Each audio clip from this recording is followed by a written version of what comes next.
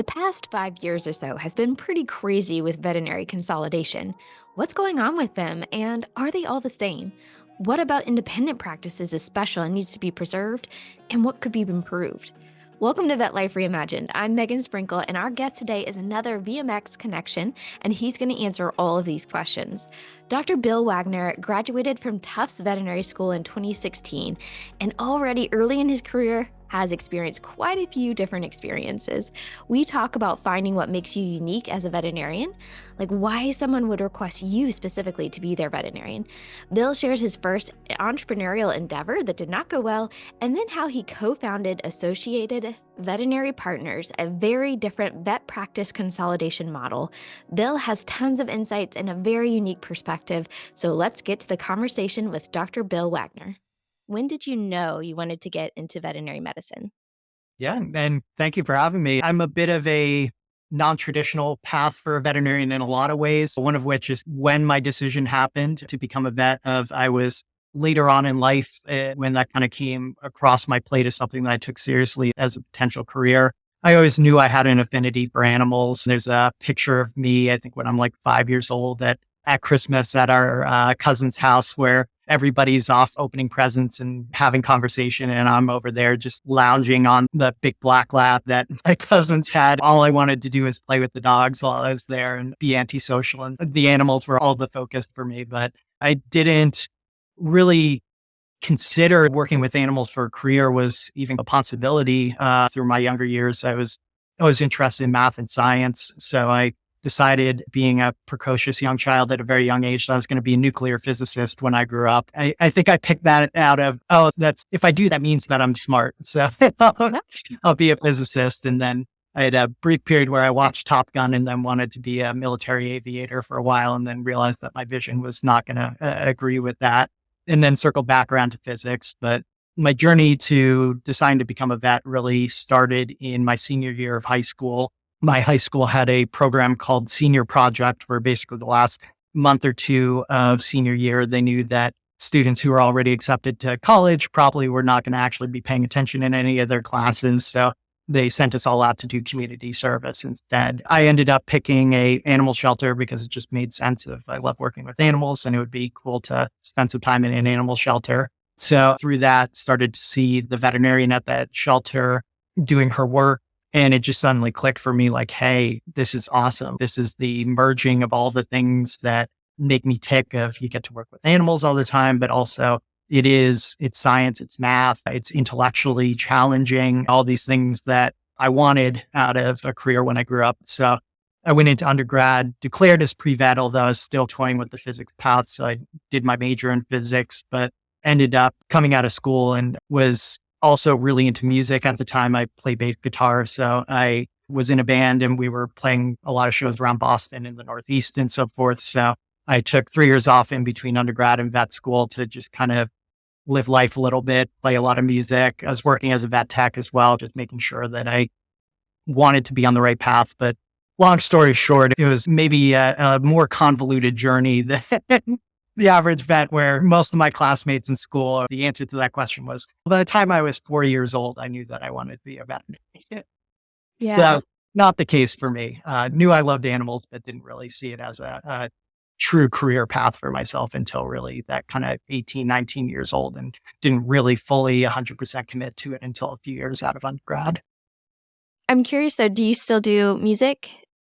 Yeah, so I've got behind me a bunch of bass guitars. I really felt like I was spoiled in that period coming out of undergrad, where I had options where, depending on which direction I leaned into, the other could still be a part of my life. Of if I decided to become a professional musician, which I was toying with at the time, that I could always have animals in my life. It wasn't something that I was giving something up by not pursuing vet med if I went that direction, and vice versa, that if I decided to become a veterinarian, that music could always still be a part of my life. It would be a hobby rather than a profession. And I ended up deciding that that was how I liked music more anyways, that trying to make it into a living took a lot of the things out of it that I enjoyed, just being able to do what I want with it, unless you become a rock star, which I realized pretty early on in that journey was not going to be realistic for me. That if you really want to make a career in music, it's a lot of teaching and cover bands and things like that, wedding bands. maybe not something I was as passionate about. So you went to Tufts, which is a fantastic school. They have a really good nutrition department. I'll put that. So how was your vet school journey? You might be maybe a couple years older than some of the other students, but of course, there's all ages that are in our veterinary classes. But what was your experience going through vet school?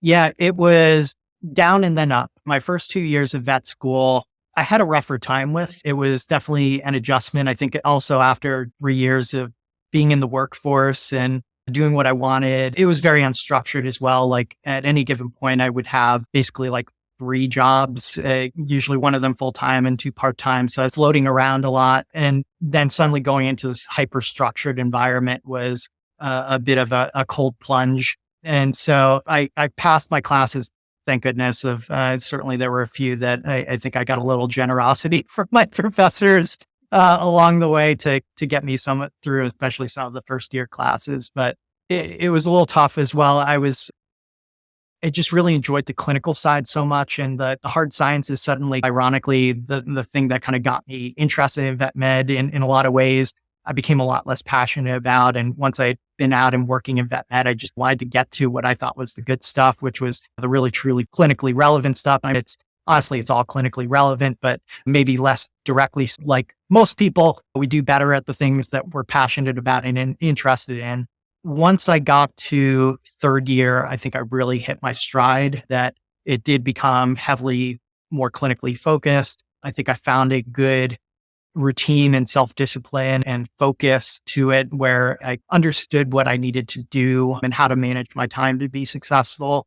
And then fourth year, I just had a blast. And you get out into clinics, and I didn't enjoy all of them. The hours, and this is something that's one of my many kind of pet projects, is I think that academia has a lot to learn in terms of how to set up fourth year students for success. When you're getting into your 90th hour of the week that you're working, your brain is mashed potatoes. By that point, you're not absorbing any more knowledge. So it's no longer a productive exercise for you to still be in the building. But I think some of kind of the more extreme rotations in terms of just physical exhaustion, I really enjoyed that stretch. And in particular, Tufts has one of their core rotations, but it's also something I spent a lot of time on electives with, called Tufts at Tech, which is basically a community health rotation where the school has a relationship with Worcester Technical High School, which is based out of one of the not as nice areas of Worcester. And they end up bringing in a lot of students for a vet assistant certificate program. So the high school students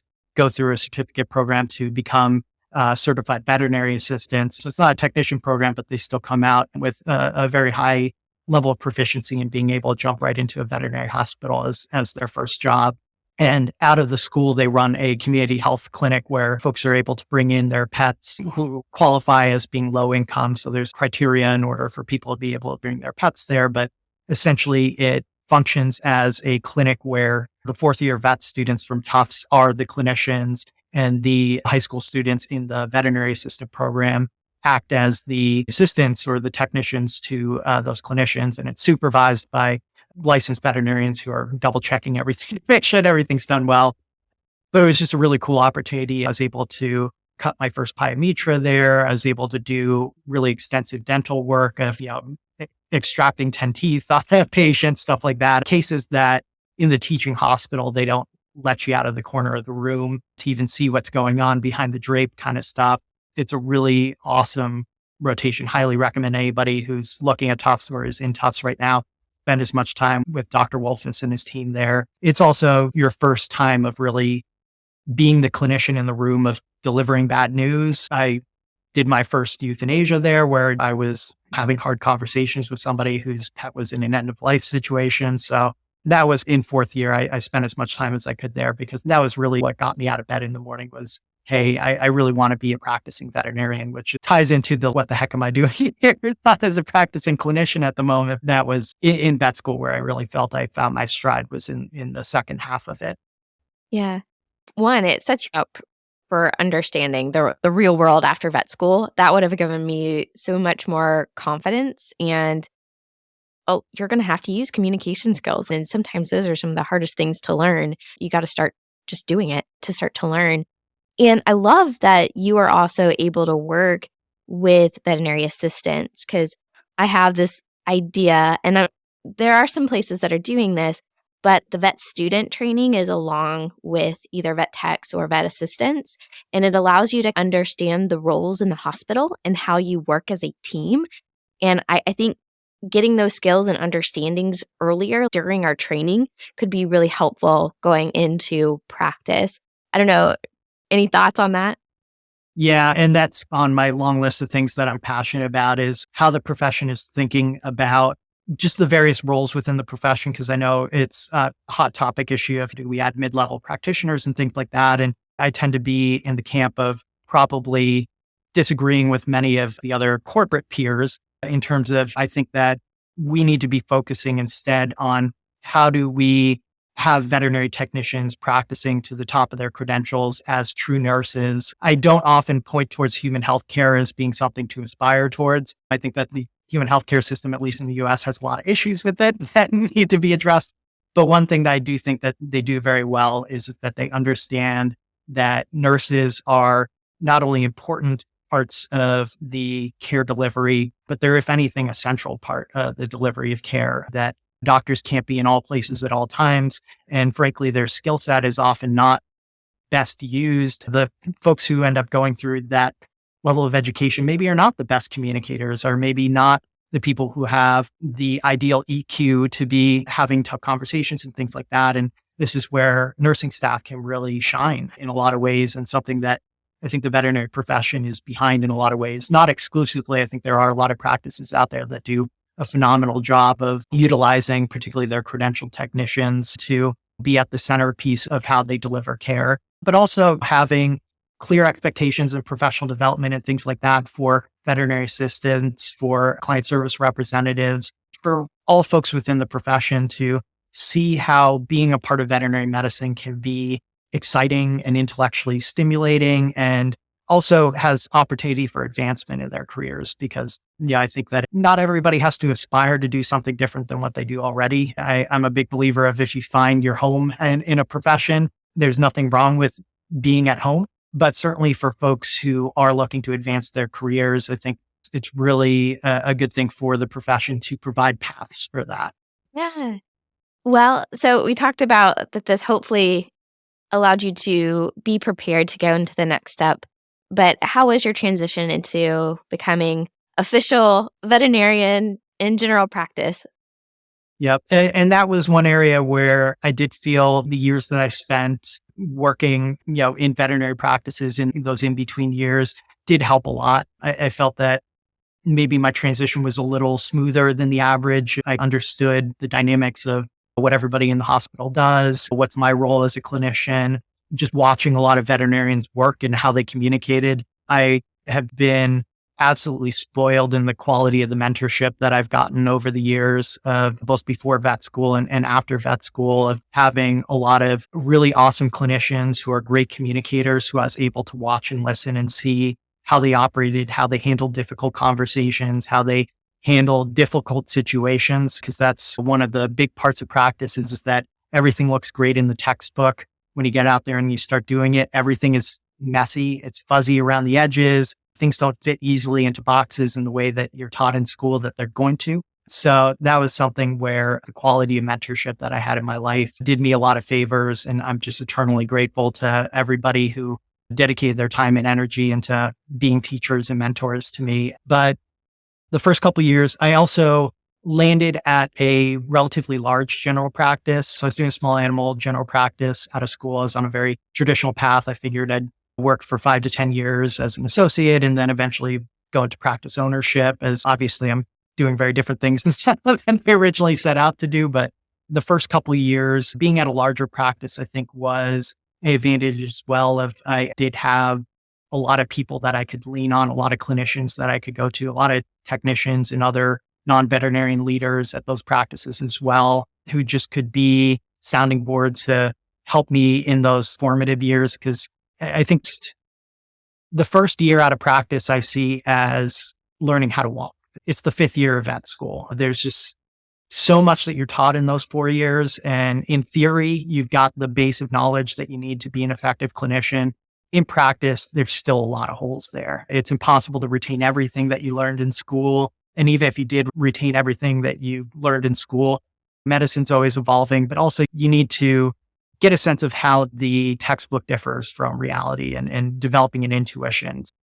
Maybe this is not the best thing to say outwardly, but I refer to it as the don't kill anything stage. You're coming in every day just paranoid that you're going to make a mistake, that you're going to do something wrong, and one of your patients is going to be worse for it. And that's a good paranoia to retain throughout your clinical practice. I think it's a bad thing if you ever lose that paranoia entirely. It should become a more comfortable voice where it's not screaming in your ear and you've got a good relationship with it. But you should always be worried about not making mistakes. But certainly the first year is just defined by that voice actually being the megaphone in your ear, making sure that you don't make any really big screw ups. And knock on wood, I was fortunate not to have any major screw ups. Certainly we all make mistakes, but you try and mitigate the scale of the mistakes. But the second year, then I think is really the figuring out who you are as a clinician, because why does somebody bring their pet to Dr. Wagner specifically versus some other veterinarian? Because at the end of the day, the core competencies of the profession, in my extremely biased opinion, veterinarians are as a whole an extremely skilled, intelligent, capable group of people. You're not going to be doing a disservice to your pet to bring them to a credentialed veterinarian.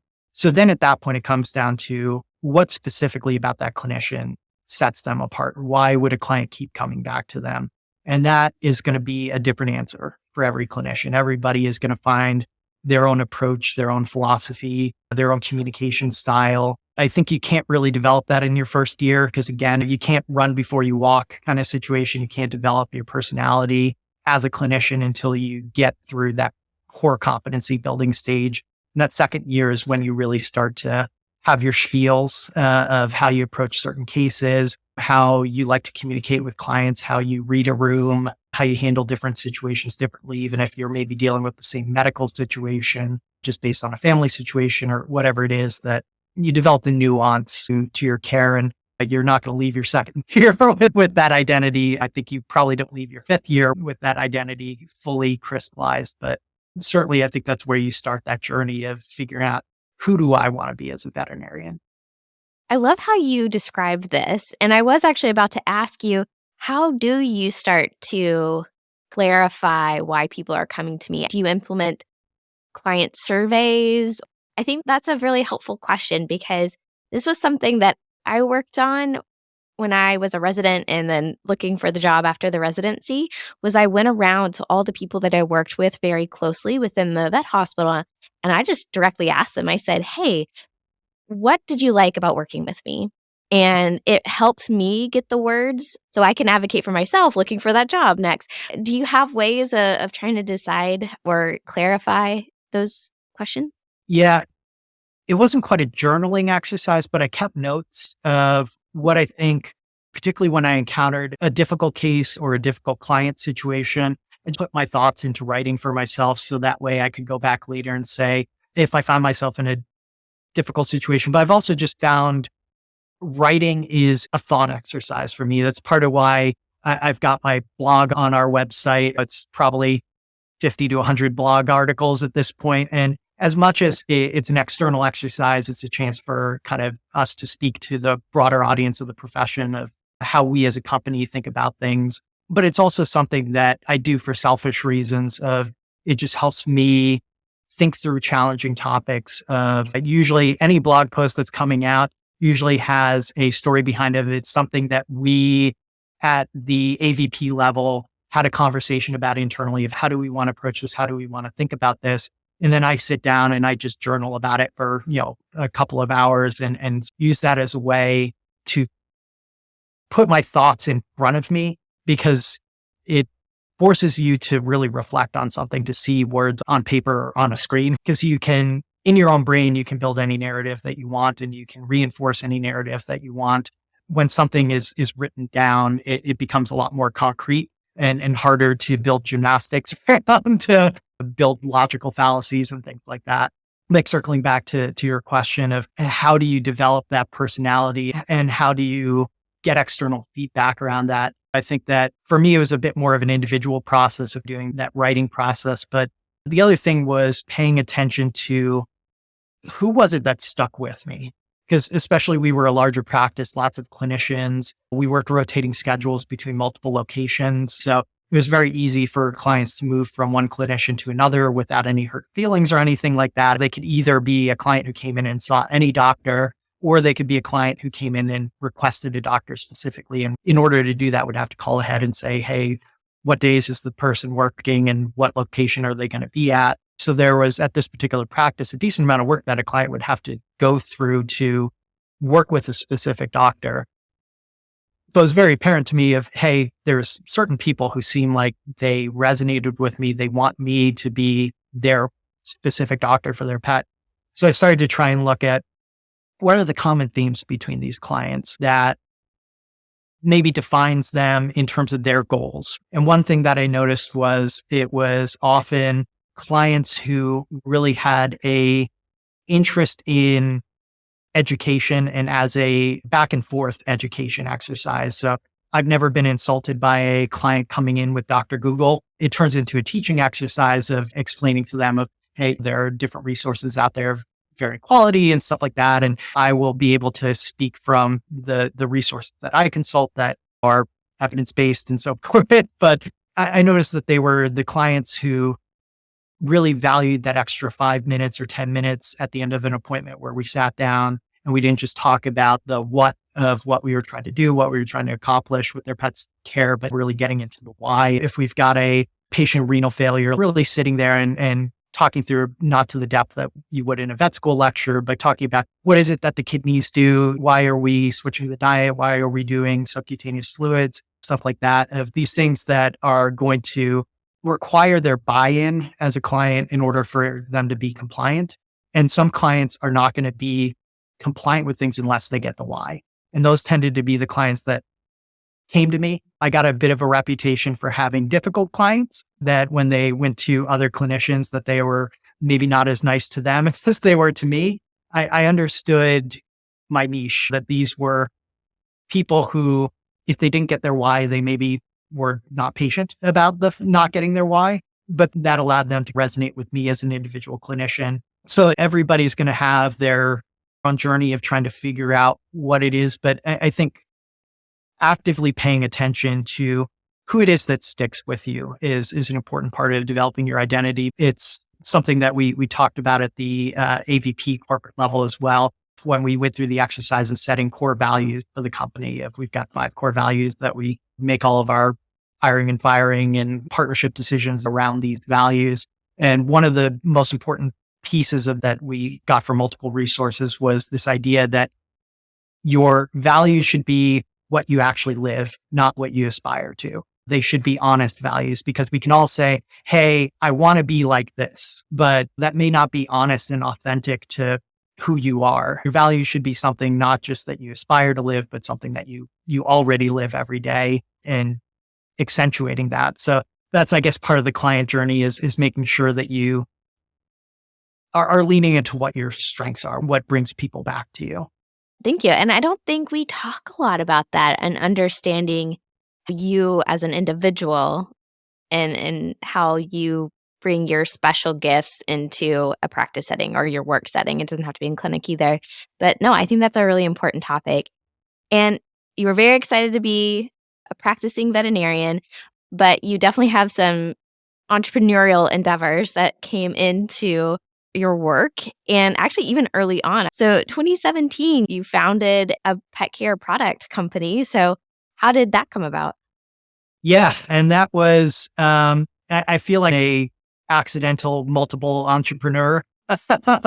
I guess many entrepreneurs probably say that. I think there's some folks who get into entrepreneurship because they love the idea of entrepreneurship. And then there's people that kind of fall into the cohort of myself, where it was more specific opportunities that I got excited about. That entrepreneurship became a symptom of that rather than the original goal. I was early on in practice, and I've always had a engineering tinkering streak to myself. There's a lot of things still around my parents' house that have stripped screws on the back of them from Me as an 8-year-old going around with the screwdriver and taking things apart to see how they work. Fortunately, I never electrocuted myself too badly. But that was always my mindset. I wanted to understand how things work. And that made medicine such a natural fit of medicine is all about understanding how the body works. It really is at a base level. It's a machine, it's a system to understand. So that kind of resonated with my particular way of thinking about things. But when I got out into practice, I started to see things, see gaps, see situations where clients were being approached with problems where we would tell them what they need to do and they just didn't have the tools to do it, or the tools just didn't exist.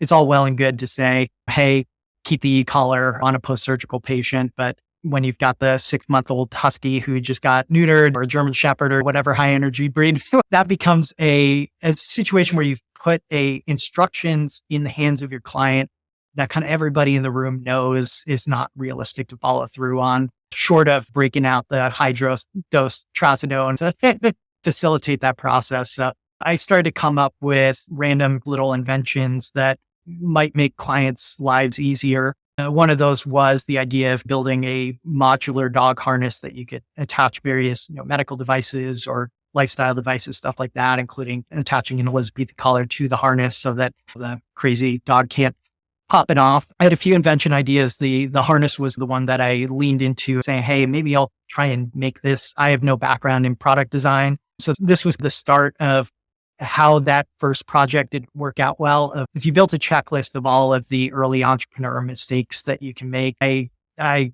hit bingo, top to bottom. I tried to do it by myself in a area that really was not my area of expertise.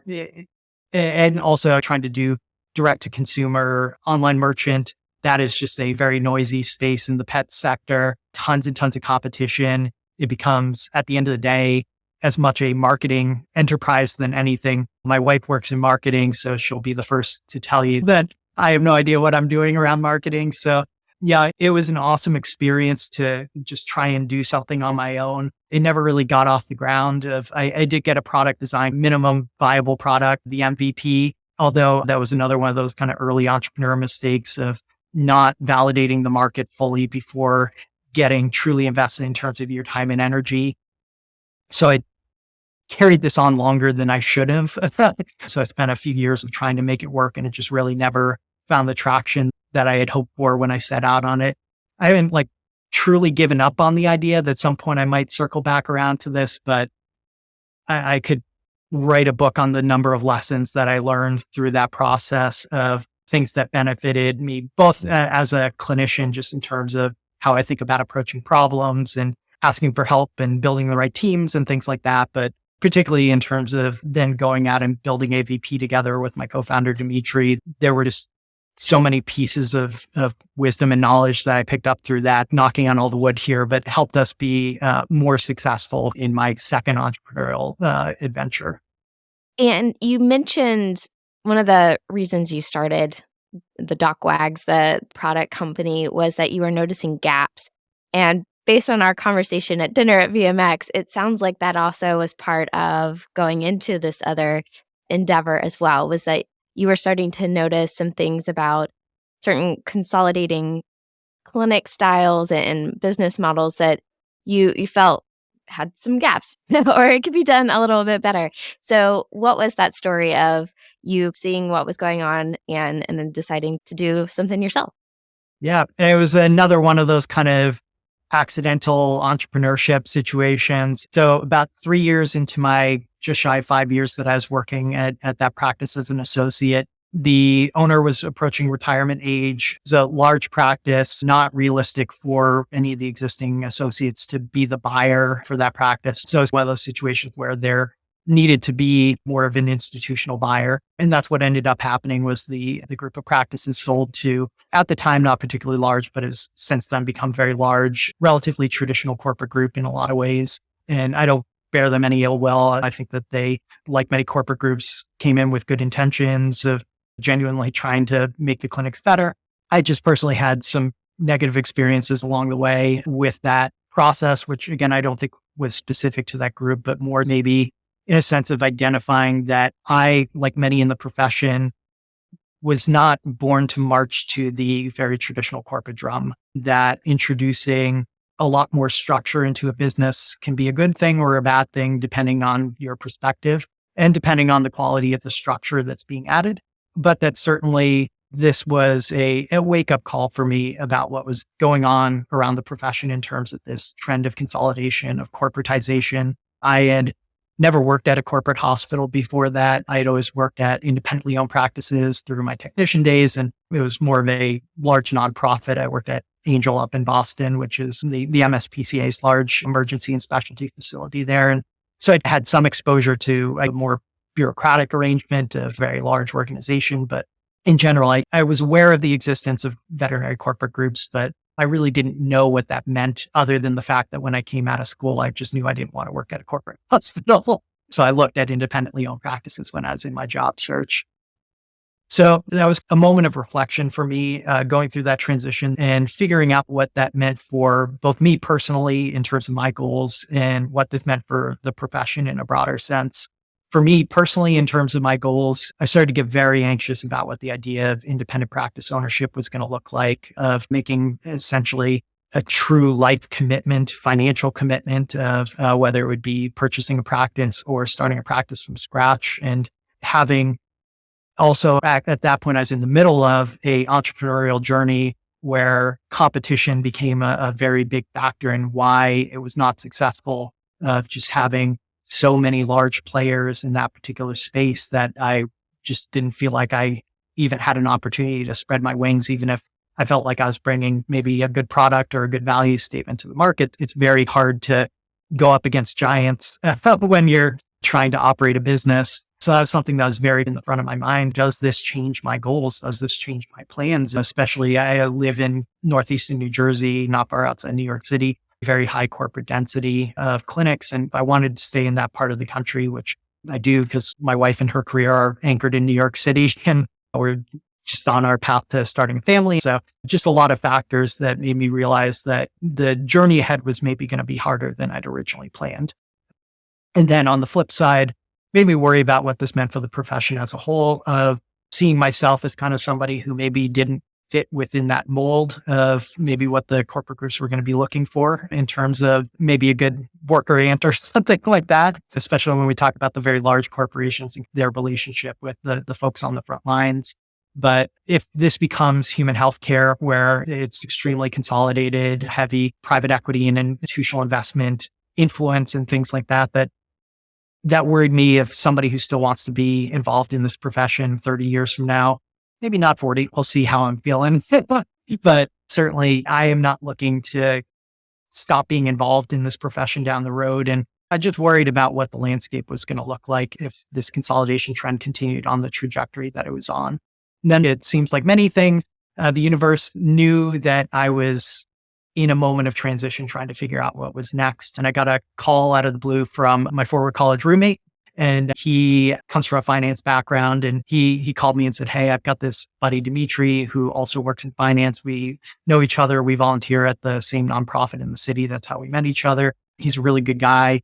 He is looking to talk to a veterinarian to run some ideas." And I initially was hesitant about the idea of hopping on a phone call with somebody who I'd never met. And why am I giving up my time to help somebody out? But I decided it was going to be the right decision. And also, not coincidentally, my college roommate, Justin, had just agreed to be the officiant at my wedding. So I figured this was probably a good time to be in the mentality of yes. So I ended up taking the phone call with Dimitri, and it was just like a match made in heaven. We just very clearly saw the same problems with consolidation in veterinary medicine. We came to it from different directions.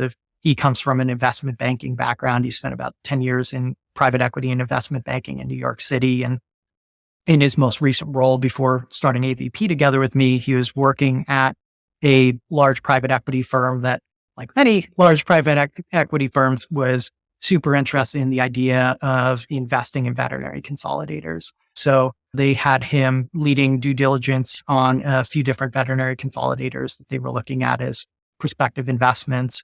And he started to look at these companies, and it was also a accidental expert situation of he had in previous roles in investment banking looked at several consolidation companies in other industries, not in veterinary medicine specifically. So he had a good knowledge base on that particular business model, which is part of how he ended up falling into looking at veterinary medicine when they were looking at consolidation investments.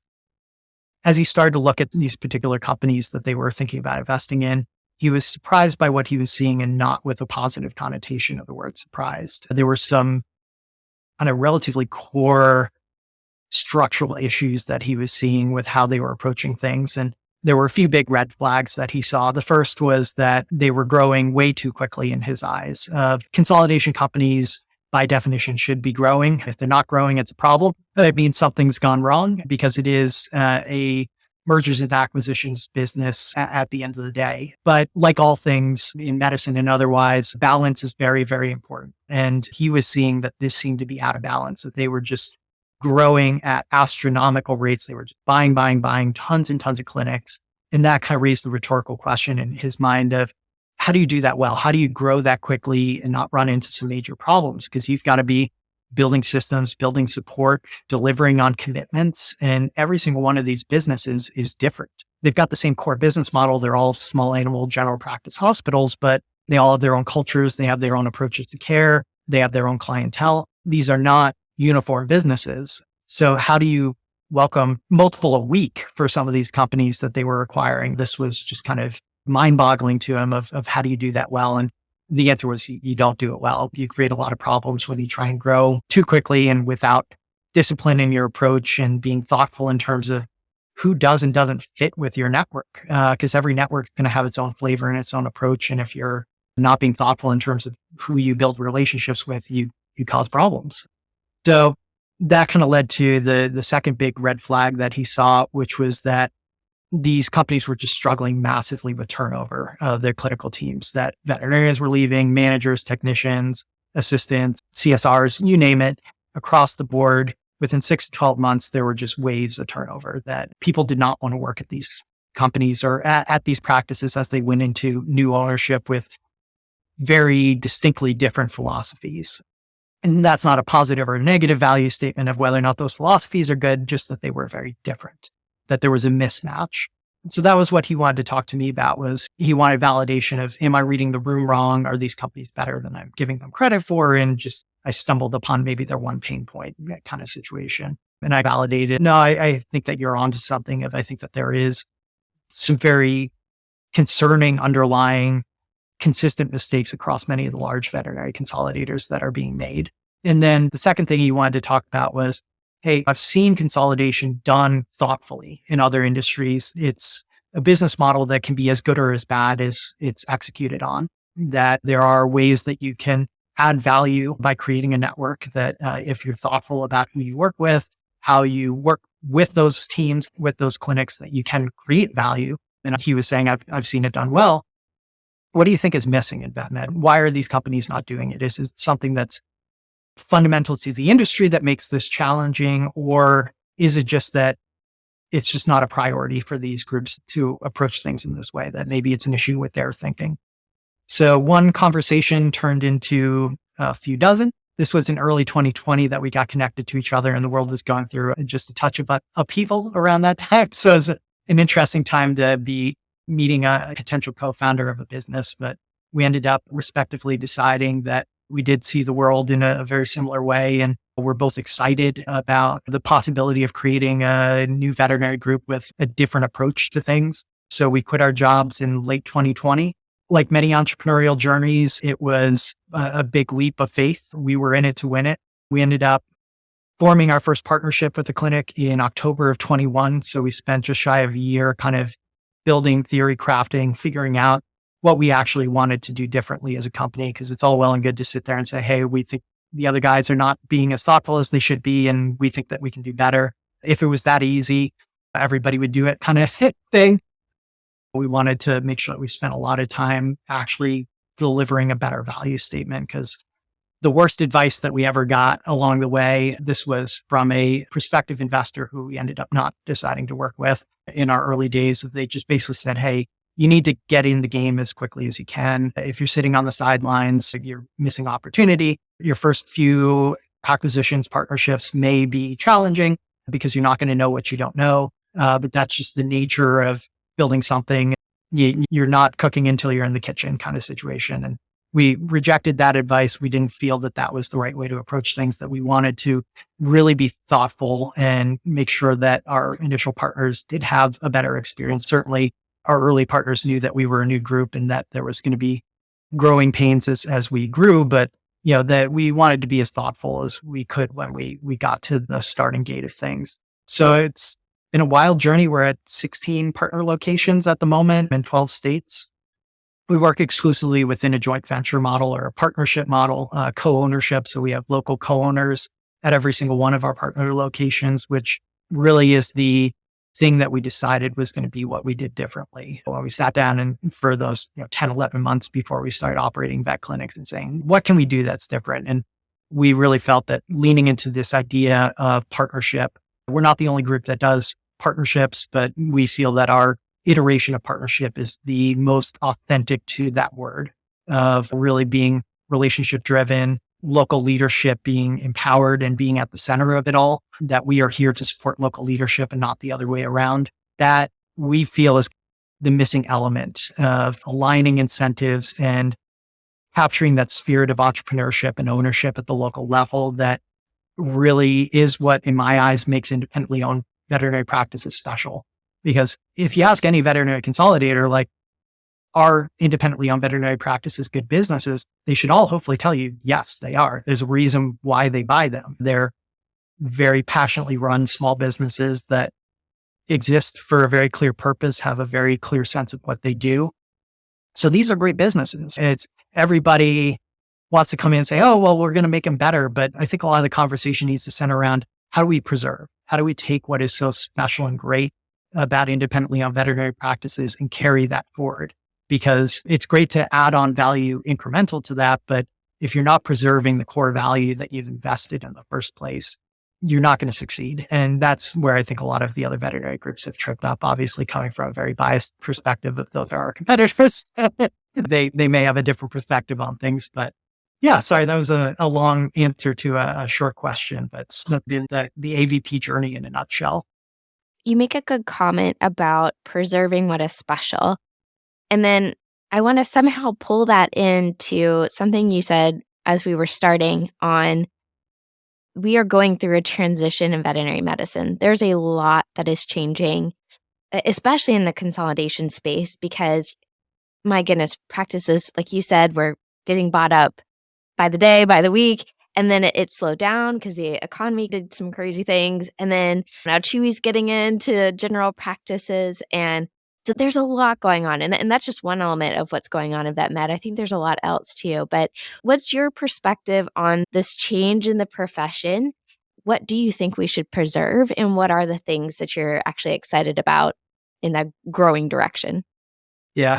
And this is where I will hopefully sound different than maybe any other person in my seat in the industry. Maybe not. There's probably a few who share this perspective, but I always want to be the second best option in the eyes of our prospective partners. I think that independent ownership is the best version of veterinary medicine, at least on the value side, in terms of what it is that makes veterinary medicine special as a profession. I think veterinarians being in the seats of ownership and leadership is just critical for the health of our profession. And certainly independent ownership is the most extreme version of that, the most committed version of that, where truly the veterinarian is in. Not all veterinary practices independently owned are owned by veterinarians, but most of them are. Having a veterinarian in that true decision-making seat where we just have that built-in trust of knowing that this is a colleague within the profession who went through a lot of school, a lot of life commitment to become a veterinarian. And presumably there's some baked in assumptions that we can make about their values and what they hold to be most important, that they got into this for their patients, for the welfare of animals, that if they were strictly financially motivated individuals, that they would be doing something else because frankly, there's a lot of easier ways to make money in the world than becoming a veterinarian, that it is a passion career in a lot of ways. When we talk to prospective partners, a big part of that is that most of them are saying, hey, I wish that I'd been able to sell to an associate, to sell to an independent veterinarian. And I just can't find that veterinarian who is looking to be an owner right now. And I hear some of these practice owners in a moment of frustration saying, I think entrepreneurship's dead in veterinary medicine, or these young vets just don't want to own. They don't have that fire to be owners. And I disagree with that assessment. I think that the entrepreneurial spirit is still alive and well within the profession. There's a lot of young veterinarians who would be owners with the right value statement, but a lot of it comes down to the math has shifted, the landscape has shifted, the risk reward has shifted in a lot of ways. I sat there in that position of judgment as a person who originally set out to be an independent practice owner and decided maybe this was a more challenging path than what I originally thought that it was going to be. When we talk to prospective partners, most of them are saying, hey, I'd rather have sold to an independent vet, and say, we're off on the right track on our conversation, because that's where we feel that we align best with folks who that would have been their ideal path for the legacy of their clinic, for the continuity of their clinic, because then we can step in and say, hey, we are a corporate group and we own that word. We're not going to pretend that we're something that we're not. But if there's a swimming pool with different ends of it, and you've got the very hyper traditional corporate groups on one end of the swimming pool, we see ourselves as being on the other far end, of sitting more in the space in between the corporate models and the independent ownership model, of having this co-ownership model where our local leaders are equity holders in their own clinics and are empowered to be decision makers and maintaining the standards of care and doing all these things that are very important to be done at the local level, in my eyes. I think that as corporatization continues in veterinary medicine, I envision there potentially being a pendulum swing back in the direction of entrepreneurship.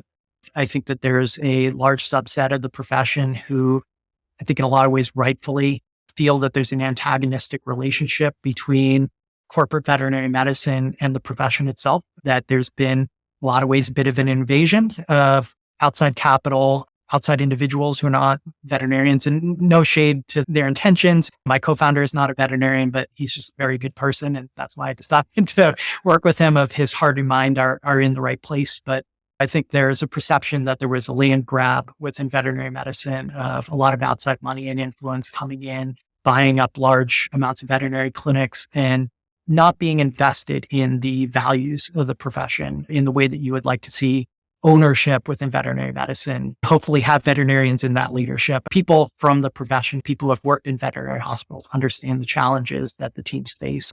I think that we are potentially on a track of overcorrection in terms of the workforce shortage. If there's just a lot of veterinary schools that are on track to be opening up in the next 5 to 10 years. I think that there was a need to increase the size of the profession. I think objectively there has been a shortage over the last few years and probably will continue for a few more years. But all things in balance, there is such a thing as too much. But I do think that a potential side effect of, if we end up in a situation where there's a surplus rather than a shortage of veterinarians, the risk reward on entrepreneurship starts to look different, when maybe jobs don't pay as well, are not as secure, are not as flexible as they are right now, because these are all things that potentially result when you have a surplus rather than a shortage of employment, especially when the primary employers are large corporate groups who are going to take advantage of opportunities that are presented to them.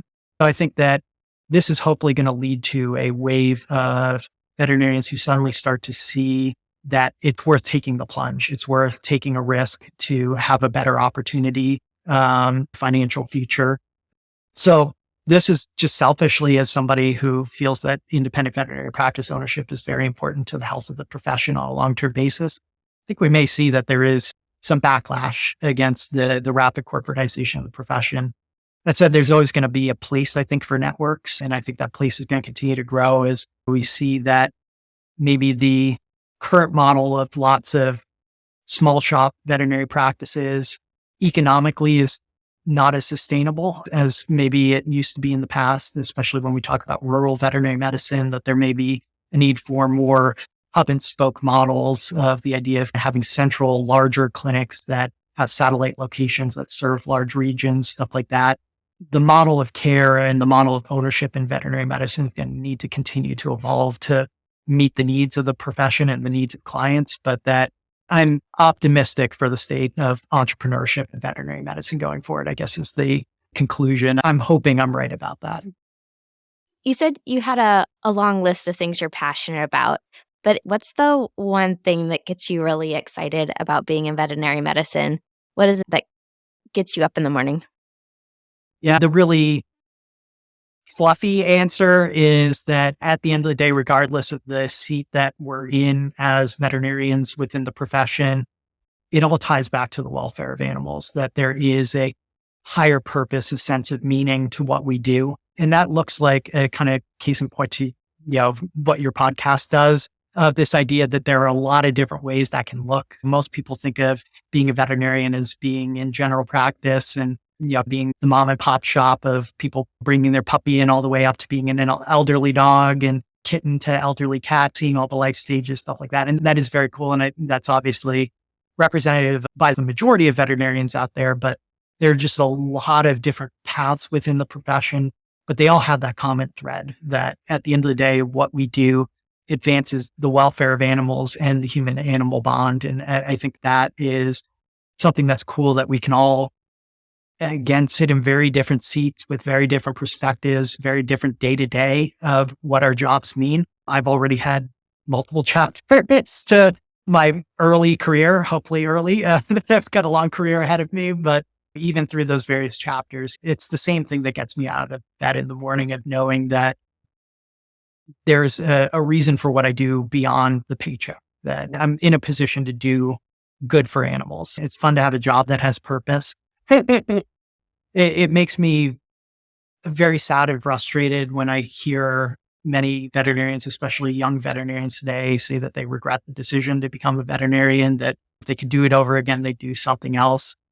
I personally don't sit in that seat, although I've had days where I felt like that, probably weeks where I felt like that as well. I do feel like I made a good life choice by becoming a veterinarian. It was probably not the best financial decision. There's things that we could be doing that would make us more money, but there's a tremendous amount of joy that can be derived from having a job that has a sense of purpose. I also encourage people to have a sense of purpose outside of work, that health in our lives derives from making sure that we don't just live to work, that we have hobbies, that we develop relationships, all of these things that fill our lives in ways that going to work can't. But it's nice to feel fulfilled on both ends of things, having fulfillment in personal life and fulfillment in professional life as well. On that note, the question that I like to end with is what is something that you are most grateful for? So, you as a human being, what is something you are very grateful for? This will also be a sappy answer, but my wife and now our son, even just relevant to the conversation of entrepreneurship, of taking a risk in life financially and professionally, is something that when you attach your life to another person, they take the leap with you, whether or not they want to. Unfortunately, my wife has just been infinitely supportive of my various entrepreneurial journeys along the way, which has been one less thing to worry about and stress about, is whether or not there's going to be resentment or concern at home. Obviously, I had to make a strong value statement to her for why I felt that I was going to be successful in what I was going to do, that this wasn't just me quitting my job and going off on a random journey, that I felt there was something here to it. But she just is my rock in all things, and somebody that also, when I run into challenges at AVP, which happens every day, we're constantly facing challenges. That's why we exist, is to solve problems for our teams. So there's always problems to solve. And I know Dimitri feels this way about his wife as well. And it's just good to have somebody outside of the organization that can be a sounding board, that can be an objective person, that when you're just saying, hey, I'm just really struggling with this decision, that you've got somebody that you can sit down and talk it through with. And my son is having his first birthday in a week. So very excited for that. And that's just been such an awesome life journey. He's knocking on wood again that he's gone through a stage of sleeping well, but certainly there were stages where I was missing sleep. It felt very reminiscent of that school in a lot of ways, but it's been an immense amount of joy that he's added to our lives together.